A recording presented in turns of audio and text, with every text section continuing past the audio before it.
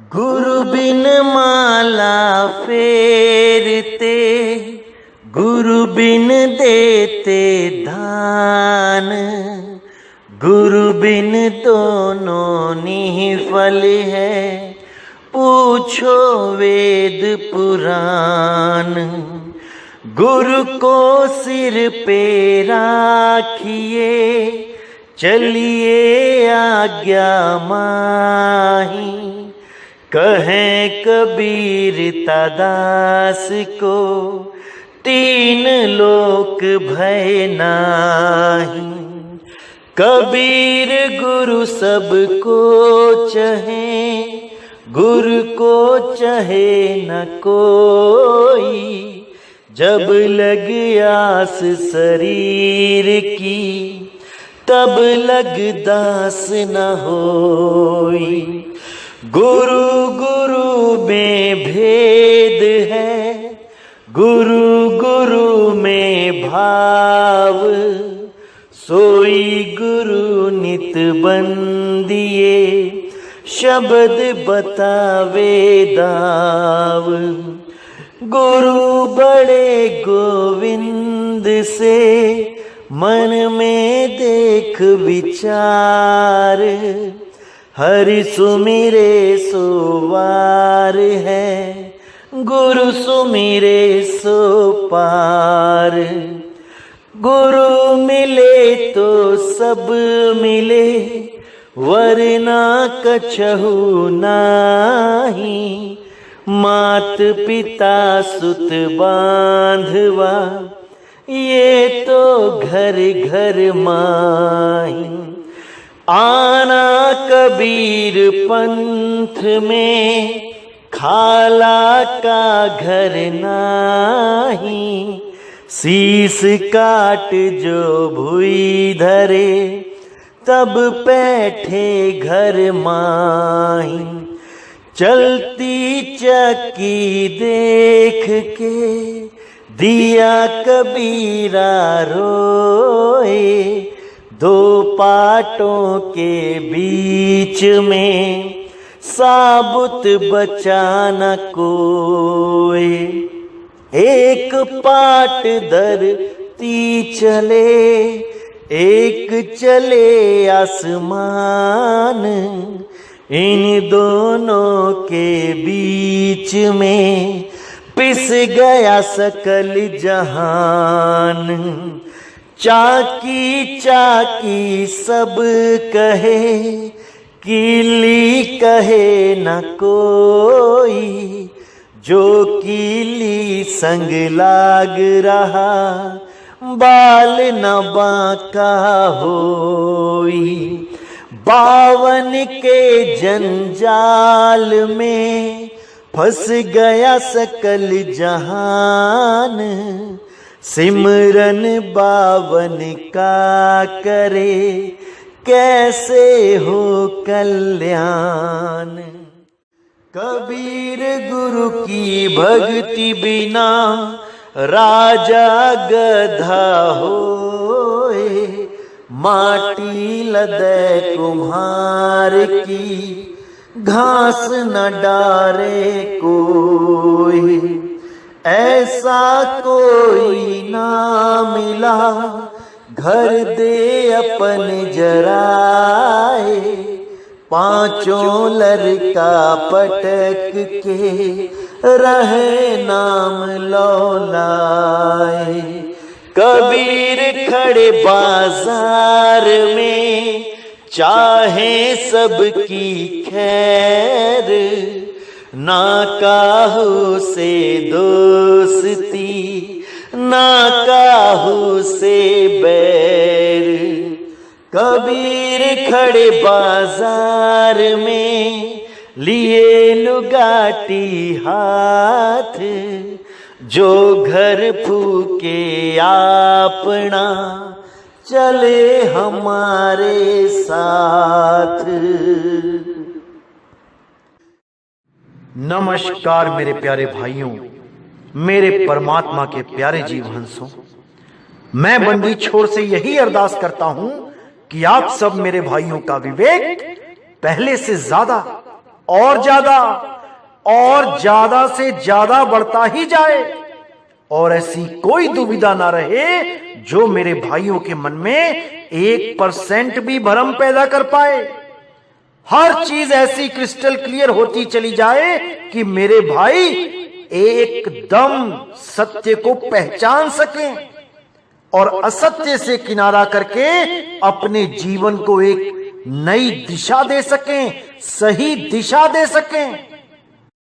क्योंकि मेरे भाइयों, जन्मों जन्मों से हम यहीं भटक रहे हैं, केवल सत्य का ज्ञान ना होने के कारण। जहां भी हम जुड़ते हैं वहां पे असत्य ही नजर आता है।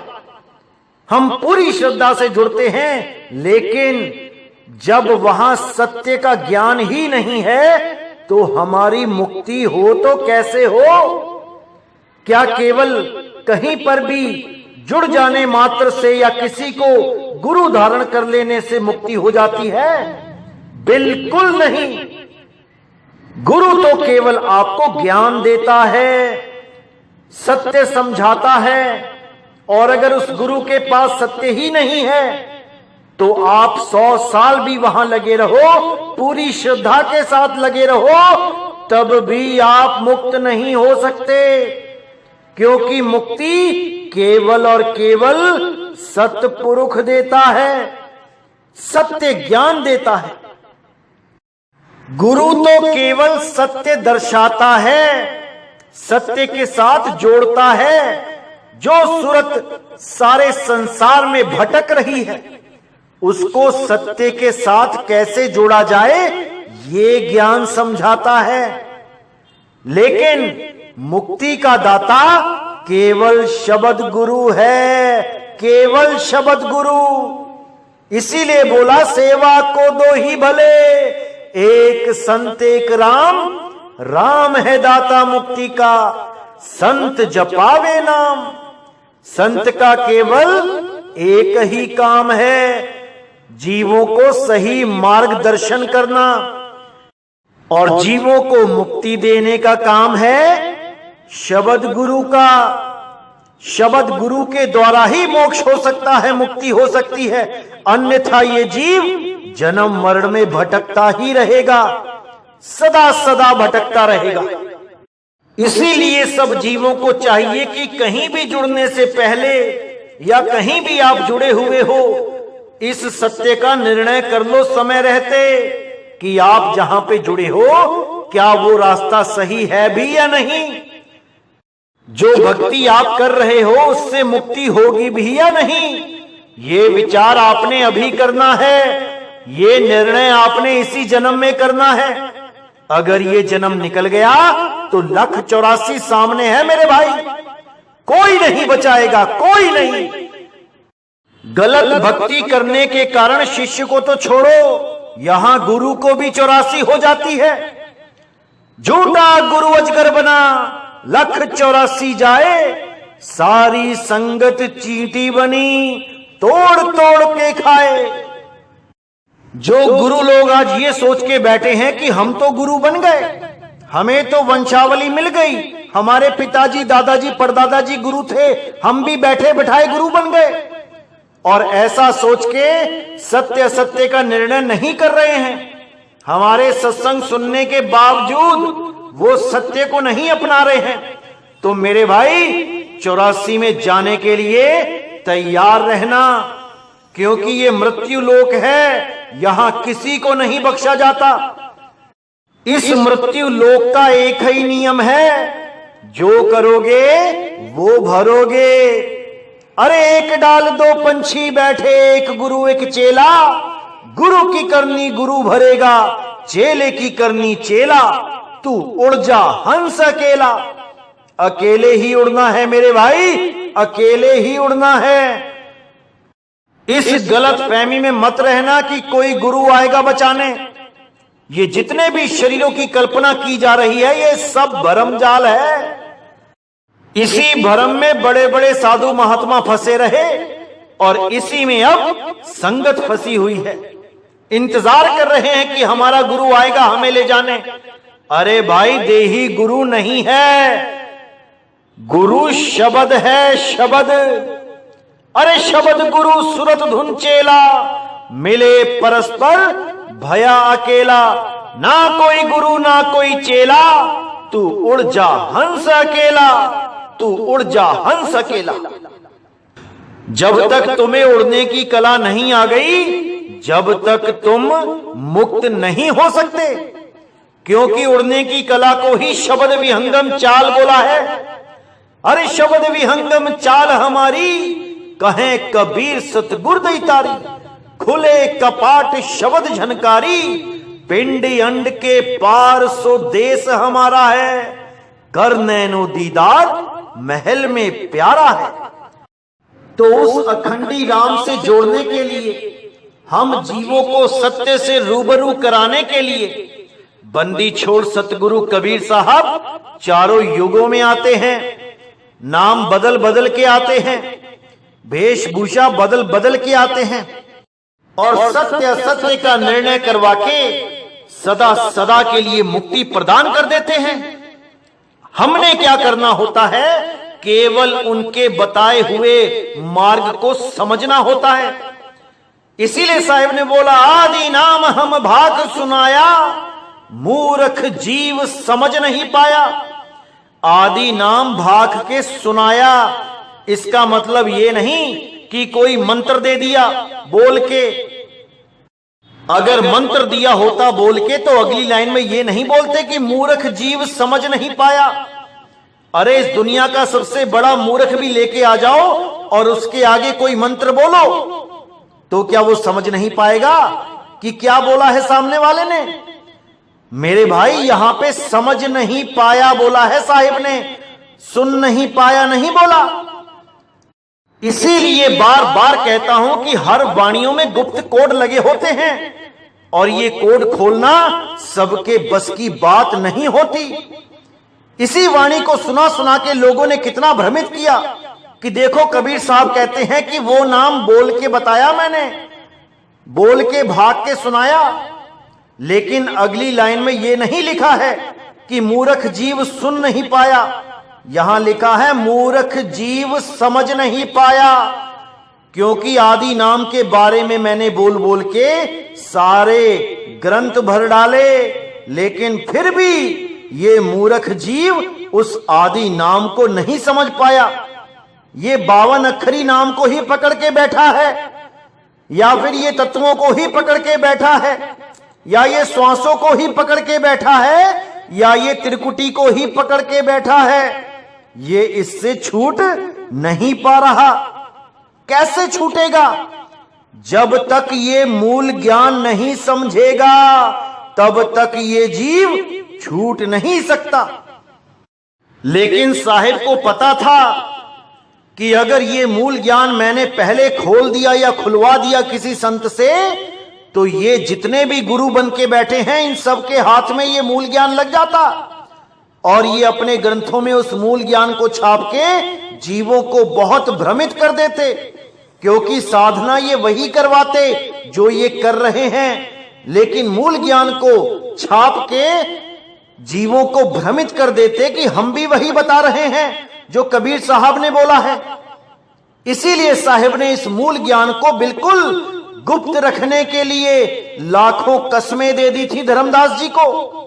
धर्मदास तुझे लाख दुहाई, मूल ज्ञान बाहर ना जाई, मूल ज्ञान बाहर जो परही, बिचली पीड़ी हंस न तरही, मूल ज्ञान तब लग छुपाई, जब लग द्वादश पंथ ना मिट जाई। पवित्र ज्ञान तुम जग में भाखो, मूल ज्ञान गुप्त कर राखो। पवित्र ज्ञान यानी अनुराग सागर कबीर सागर तुम भाखो, जितना मर्जी भाखो, लेकिन मूल ज्ञान की चर्चा मत करना।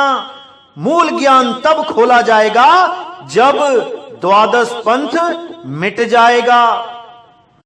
और जैसे ही द्वादश पंथ के उस संत महात्मा को जेल हुई 11 अक्टूबर 2018 को, तभी 13 अक्टूबर 2018 को ये मूल ज्ञान शुरू हो गया। हमारा YouTube चैनल बना और पूरे विश्व में अब इस मूल ज्ञान का प्रचार होने लगा। तो कबीर साहब की वाणी बिल्कुल सटीक है, इसमें कोई दो राय नहीं है। मूल ज्ञान तब लग छुपाई, जब लग द्वादश पंथ न मिट जाई। मूल ज्ञान को तब लग छुपाना था जब लग द्वादश पंथ का नाश नहीं हो जाना था। जैसे ही उस संत महात्मा को जेल हुई, वैसे ही मूल ज्ञान प्रकट कर दिया गया। धर्मदास जी को यही बोला गया था कि मूल ज्ञान को नहीं खोलना है, केवल पवित्र ज्ञान को खोलते रहो। कबीर सागर की, अनुराग सागर की कहानियां सुनाते रहो। जैसे परमात्मा के 16 पुत्र बताए गए हैं। पहला पुत्र है कुरुम। कुरुम का मतलब होता है कछुआ। अब जितने भी ये अविवेकी गुरु थे, ये काल के दूत थे, इन्होंने आके क्या किया? कबीर सागर पे कब्जा किया, अनुराग सागर पे कब्जा किया और उनकी कहानियां सुना सुना के लोगों को भ्रमित करने लगे कि हम भी कबीर हैं, हम भी परमात्मा के द्वारा भेजे गए हैं, हम भी काल से आपको छुड़ा लेंगे। और परमात्मा की सृष्टि रचना को सुना सुना के लोगों को कहानियां सुनाने लगे, 16 पुत्रों की बात करने लगे। और पहला पुत्र बताया कुरुम। और कई गुरुओं ने तो कुरुम को कछुआ बना के उसके ऊपर काल खड़ा कर दिया। अरे भाई, परमात्मा का पहला ही पुत्र अगर 84 में चला गया तो बाकियों का क्या हाल होगा? पहले ही पुत्र को कछुआ बना दिया इन्होंने और नाम लिख दिया आदि कुरुम और उसके ऊपर काल निरंजन बना दिया। इतना भी विवेक नहीं लगा पाई अधूरे गुरु की पहला ही पुत्र परमात्मा का 84 में कैसे जा सकता है? क्या परमात्मा ने 84 बनाई है? इतना भी विवेक नहीं लगा पाई ये लोग और वंशावली बना के बैठे। घर में ही गुरु प्रथा चला रखी है, घर में ही गुरु पैदा हो जाता है। ऐसे ही ये वंशवाद बढ़ता रहेगा तो इस भक्ति का एक दिन नाश हो जाएगा। अरे पिता का संबंध पुत्र से होता है, पिता अपनी जायदाद पुत्र को देता है, लेकिन गुरु का संबंध केवल शिष्य से होता है। गुरु अपना सारा ज्ञान अपनी गद्दी तक केवल अपने शिष्य को देके जाता है, ना कि अपने पुत्र को। तो मेरे भाइयों, अच्छी तरह समझना है, इन अधूरे गुरुओं की साजिश को अच्छी तरह समझना है। हमें बिना पक्षपात किए केवल सत्य को जानना है। सत्य ही साहिब है, सत्य ही परमात्मा है। इसीलिए नानक साहब बार बार बोलते रहे, सत करतार, सत नाम, सत श्री अकाल। सत्य ही परमात्मा है भाइयों, सत्य ही परमात्मा है। लेकिन ये सत्य वो नहीं है कि 2 अक्षरों को जोड़ के सा और ता लिख के बैठ गए, सत्य ही हमारा परमात्मा है। अरे सत्य नाम एक वस्तु है और उस वस्तु का कभी नाश नहीं होता। उस वस्तु के बारे में हमें अगर जानना है तो हमें भेदी गुरु के पास जाना ही पड़ेगा, भेदी गुरु से भेद प्राप्त करना ही पड़ेगा और भेदी गुरु की शरण में सदा रहना ही पड़ेगा, क्योंकि भेदी गुरु ही आपके सारे सवालों के जवाब दे सकता है, आपके सारे भ्रमों को तोड़ सकता है और आगे आपके जीवन में आने वाली कठिनाइयों को आसान कर सकता है। अध्यात्म में जो भी आपको कोई भी भ्रम पैदा होता है उसका नाश कर सकता है।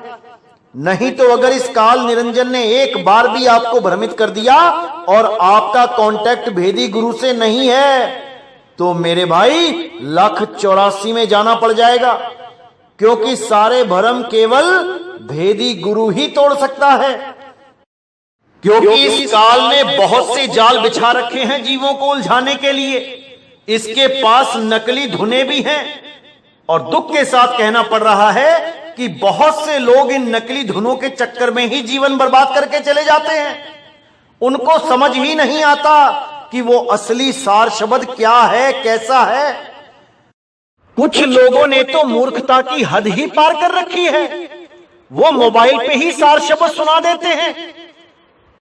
और जीवों को भरमा देते हैं कि यही सार शब्द है, इसी को सुनो।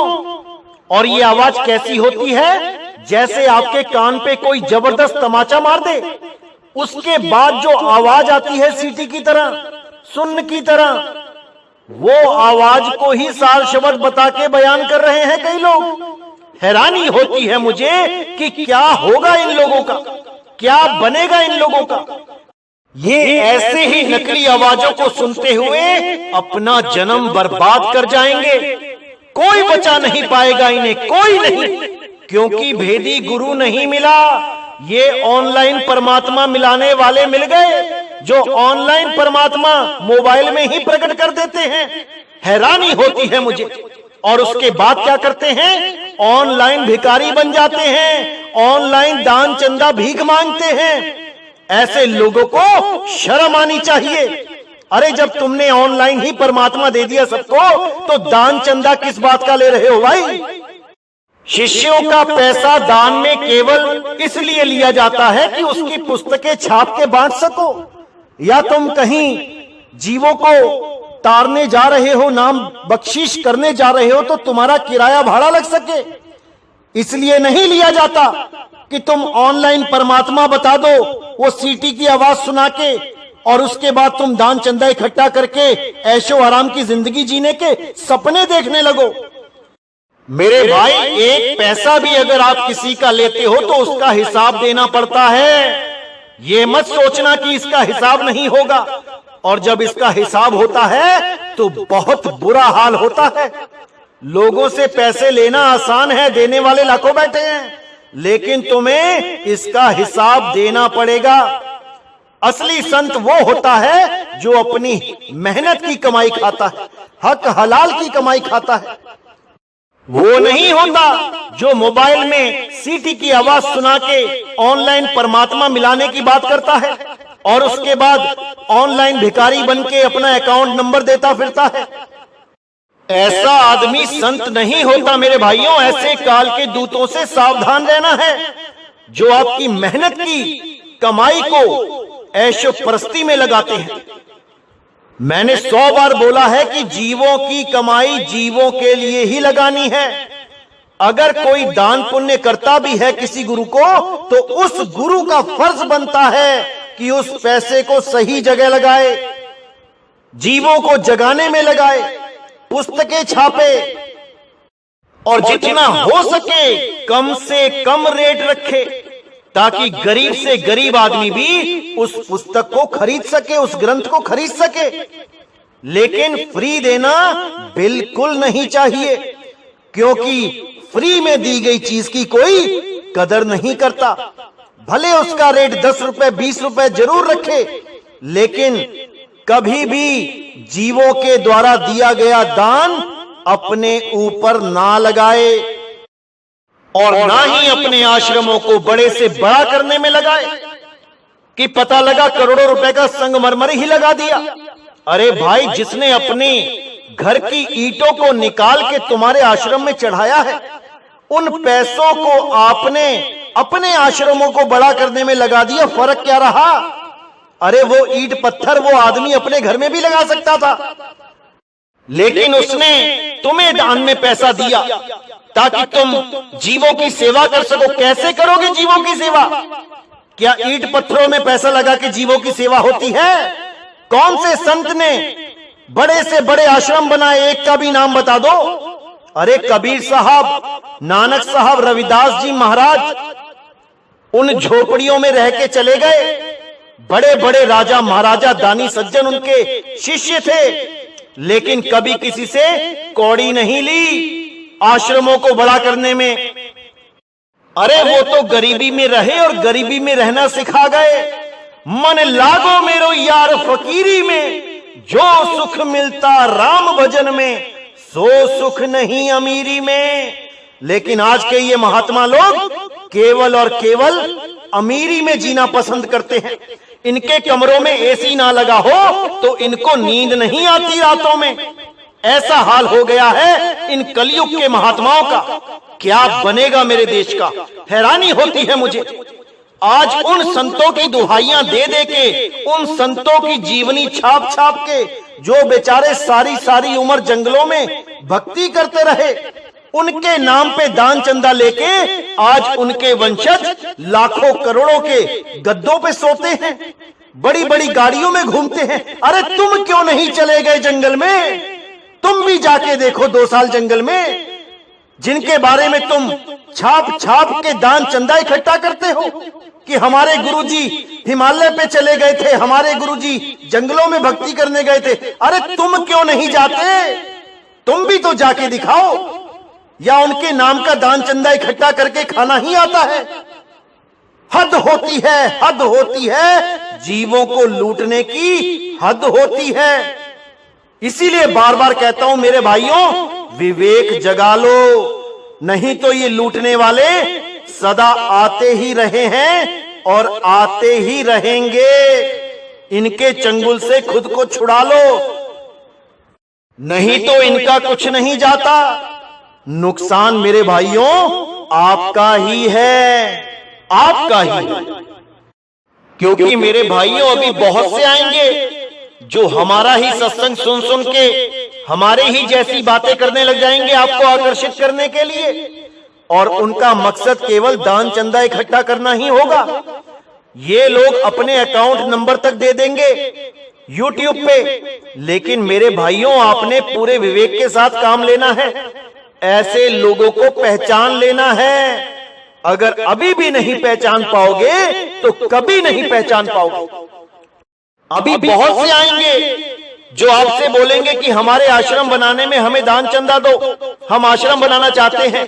अरे भाई, अगर आप आश्रम बनाना चाहते हो तो अपनी मेहनत से बनाओ, करो दिहाड़ी मजदूरी, लगाओ संगमरमर उस पे अपने पैसों का, ना कि भोली जनता के पैसों को आश्रमों में लगाओ। इस सब का हिसाब देना पड़ता है मेरे भाई। इस गलतफहमी में मत रहना कि लोगों का पैसा हड़प कर लोगे, खा जाओगे, कोई पूछेगा नहीं। अरे भगत के अन्न में बड़े बड़े दांत हैं, भजेगा तो पचेगा, नहीं तो फाड़ देते आंत हैं। तो मेरे भाई इस गलतफहमी में मत रहना कि लोगों का पैसा हजम हो जाएगा, कभी नहीं होगा। और जो आश्रमों में लगाते हैं उन्हें तो बिल्कुल ही नहीं होगा।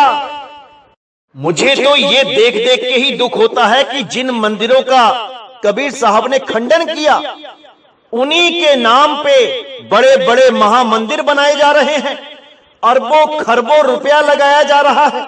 अरे क्या जरूरत है भाई? कौन से कबीर साहब की पूजा करवाना चाहते हो? कबीर साहब क्या पत्थरों में बसते हैं? क्या मंदिरों में रहते हैं कबीर साहब? अरे कबीर साहब को जान तो लो पहले क्या है। अरे कक्का केवल नाम है, बब्बा ब्रह्म शरीर, रारा सब में रम रहा, वाको नाम कबीर। जो सब में रम रहा है उस कबीर की पूजा करनी है, उसको जानना है, ना कि कबीर साहब की बड़ी बड़ी मूर्तियां बना के और कबीर साहब के नाम पे बड़े बड़े महामंदिर बना के लोगों का पैसा अपनी जेब में डालना है। ऐसा नहीं करना है बिल्कुल। केवल कबीर साहब की भक्ति करनी है। कैसे करनी है अच्छी तरह समझ लो। अरे कबीर कबीर क्या करे तू खोज आपन शरीर, 10 इंद्रियां बस में कर तू आप ही आप कबीर। ऐसे होती है कबीर साहब की भक्ति। कबीर साहब की पूजा नहीं की जाती है, कबीर हुआ जाता है। तुम ही कबीर हो जाओगे, तुम ही कबीर हो, बस तुम पहचान नहीं पा रहे, अपने आप को जान नहीं पा रहे हो। अरे तो ही मोही मोही तो ही अंतर कैसा, अभी इस चीज को नहीं समझ पा रहे हो क्योंकि भेदी गुरु नहीं मिला है। इसीलिए भटकते फिर रहे हो उस हिरन की तरह जिसके पास नाभि में ही कस्तूरी है, लेकिन भेद नहीं पता है। अरे भीखा भूखा कोई नहीं, सबकी गठड़ी लाल, गांठ खोल देखा नहीं, ताते हुआ कंगाल। कंगाल बने बैठे हैं क्योंकि भेदी गुरु नहीं मिल रहा। जो भी मिल रहा है गलत साधना कराने वाला मिल रहा है, 5 तत्वों में उलझाने वाला मिल रहा है, इन शरीरों में ध्यान लगाने वाला मिल रहा है, शरीरों को गुरु कहने वाला मिल रहा है, शरीरों को परमात्मा बयान करने वाला मिल रहा है। लेकिन कोई ऐसा गुरु नहीं मिल रहा जो इस शरीर से परे, इस देह से परे विदेह का ज्ञान करा दे। अरे देही ज्ञान सब जगत बखाने, विदेही ज्ञान कोई बिरला जाने। कोई बिरला ही है जो विदेही ज्ञान को जानता है, विदेही ध्यान को जानता है। नहीं तो सब के सब इसी त्रिकुटी में उलझा के इस जीव का नाश कर देते हैं। अरे त्रिकुटी मध्य ध्यान लगाए, कहो कहां को जाए, द्वार ना पावे शब्द का, फिर भटका खाए, फिर भटका खाए। तो मेरे भाइयों, अच्छी तरह समझना है क्या बताया जा रहा है। ये मौका बार बार नहीं मिलेगा, यही जन्म है। चेत जाओ मेरे भाइयों, चेत जाओ। और परमात्मा की दया से 2020 में ऐसी जागृति होगी कि घर घर में बोध विचार होगा। ये मालिक की वाणी है, सत्य होके रहेगी। अरे जब आएगा बीसम बीसा, ना रहेगा ईसा ना रहेगा मूसा, राज करेगा जगदीसा।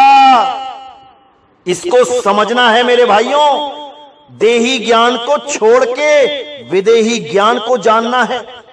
ईसा मूसा धर्म है, ईसा मूसा देह है, और जगदीसा सारे जगत का ईश है, सारे जगत का मालिक है।